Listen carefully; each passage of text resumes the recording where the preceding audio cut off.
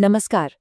चलिए आज जरा समय में पीछे चलते हैं और भारत के एक बहुत ही जरूरी दौर को समझते हैं, 1986 की राष्ट्रीय शिक्षा नीति। अब ये सिर्फ कोई सरकारी दस्तावेज नहीं था, बल्कि ये एक कहानी है, एक विशाल देश के अपने भविष्य को फिर से लिखने के एक बड़े सपने की। जरा सोचकर देखिए, 1980 का दशक और 80 करोड़ की आबादी, इतने बड़े देश को शिक्षित कैसे किया जाए, ये वो विशाल सवाल था जिसका सामना उस वक्त भारत कर रहा था। मतलब एक ऐसी चुनौती जिसकी कल्पना करना भी आज मुश्किल है। और इसी असाधारण चुनौती ने एक बहुत बड़े बदलाव की नींव रखी। तो सबसे पहले ये समझते हैं कि आखिर ऐसी नौबत आई ही क्यों। मतलब वो क्या हालात थे जिन्होंने भारत को अपनी पूरी शिक्षा व्यवस्था के बारे में नए सिरे से सोचने पर मजबूर कर दिया। देखिए, उस समय चुनौतियां हर तरफ थीं। एक तो बड़े पैमाने पर निरक्षरता फैली हुई थी, लाखों बच्चे स्कूल बीच में ही छोड़ रहे थे। और जो सिस्टम था वो लड़कियों तक, दिव्यांग बच्चों तक और समाज के कमजोर तबकों तक पहुंच ही नहीं पा रहा था। तो ये बिल्कुल साफ था कि अब छोटे मोटे बदलाव से काम नहीं चलेगा, एक बड़े सुधार की जरूरत है। और इसी बड़े संकट के जवाब में सामने आई राष्ट्रीय शिक्षा नीति 1986। ये तत्कालीन प्रधानमंत्री राजीव गांधी के नेतृत्व में एक बहुत ही साहसिक और दूर की सोच रखने वाला समाधान था। इस पॉलिसी की सबसे खास बात इसकी सोच थी। इसका मकसद सिर्फ उस वक्त की समस्याओं पर पैबंद लगाना नहीं था, बल्कि भारत को आने वाली 21वीं सदी की चुनौतियों के लिए तैयार करना था। कह सकते हैं कि यह भविष्य के भारत के लिए शिक्षा का एक नया नक्शा था। इस नीति के दिल में जो आइडिया था वो था एक राष्ट्रीय शिक्षा प्रणाली बनाने का। इसका मतलब था एक ऐसा सिस्टम बनाना जो पूरे देश में एक जैसा हो, जो भेदभाव खत्म करे और राष्ट्रीय एकता को मजबूत करे। शिक्षा को पहली बार सामाजिक न्याय के एक टूल की तरह देखा गया। तो चलिए अब इस पॉलिसी के उन हिस्सों पर नजर डालते हैं जिन्होंने सच में सब कुछ बदल दिया। वो बड़े विचार जिन्होंने भारतीय शिक्षा की दिशा को हमेशा के लिए एक नई राह दिखाई।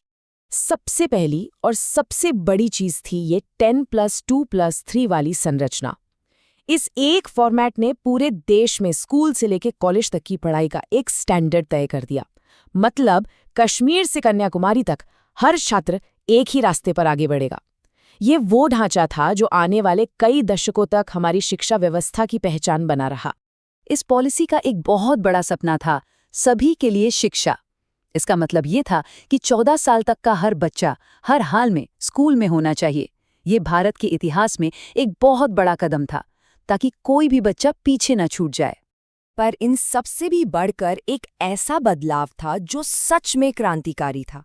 वो था समावेशिता, यानी इंक्लूसिविटी पे जोर।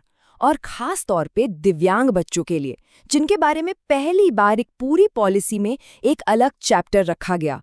ये एक बहुत बड़ी बात थी। पॉलिसी की ये एक लाइन अपने आप में एक क्रांति थी।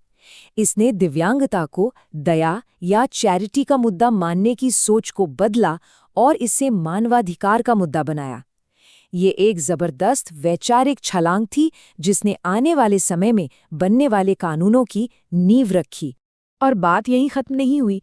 इसके साथ साथ कई और बड़ी पहलें शुरू की गईं, जैसे ऑपरेशन ब्लैक बोर्ड, जिसका मकसद था देश के हर प्राइमरी स्कूल में कम से कम जरूरी सुविधाएं जैसे 2 कमरे, 2 टीचर और ब्लैक बोर्ड पहुंचाना।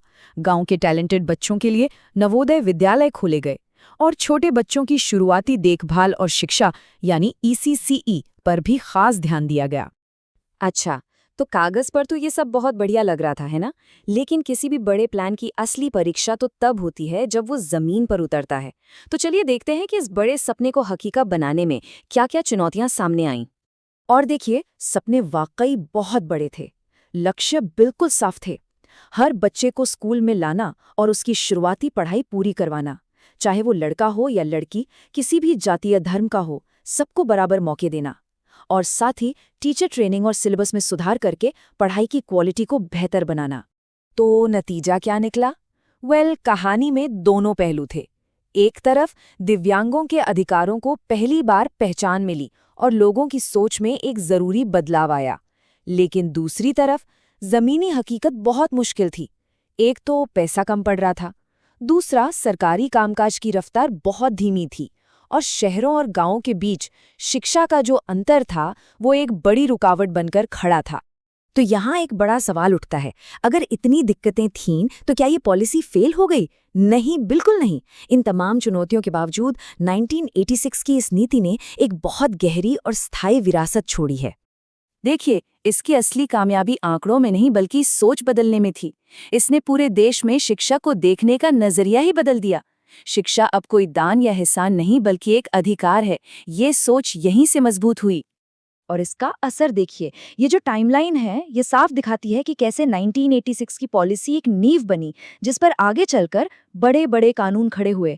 1995 का विकलांग व्यक्ति अधिनियम हो या फिर 2009 का शिक्षा का अधिकार अधिनियम जिसने शिक्षा को हर बच्चे का मौलिक अधिकार बना दिया, इन सब की जड़ें 1986 की नीति में ही थीं। तो ये कहानी 1986 पे ख़त्म नहीं होती, बल्कि कह सकते हैं कि वहाँ से तो शुरू होती है। आइए अब देखते हैं कि ये सफ़र आज कहाँ तक पहुँचा है और पुराने ब्लूप्रिंट से नए तक का रास्ता कैसा रहा है। सवाल ये है कि इतने सालों में ये ब्लूप्रिंट बदला कैसे? 1986 में जो नींव रखी गई थी, वो 2020 की नई राष्ट्रीय शिक्षा नीति में किस तरह से विकसित हुई है? ये जो फर्क है ये बहुत दिलचस्प है। देखिए, जहां 1986 की पॉलिसी में एक फिक्स्ड 10+2 का ढांचा था, वहीं 2020 की पॉलिसी में अब 5+3+3+4 का ज्यादा लचीला फॉर्मेट है। पहले आर्ट्स और साइंस के बीच एक दीवार हुआ करती थी, अब उसे हटाया जा रहा है और रटने वाली परीक्षाओं की जगह अब असल समझ और काबिलियत को परखने पर जोर है। और सिर्फ ढांचा ही नहीं, पैसे की बात भी बदली है। 1986 की पॉलिसी की एक सबसे बड़ी कमी पैसों की तंगी थी और नई पॉलिसी इसी को ठीक करने की कोशिश करती है। इसमें देश की जीडीपी का 6% हिस्सा शिक्षा पर खर्च करने का एक बड़ा लक्ष्य रखा है। और आखिर में एक सवाल, 1986 की नीति ने बराबरी, अच्छी शिक्षा और सब तक पहुंच के जो सपने देखे थे, उनमें से कई आज भी पूरी तरह सच नहीं हुए हैं।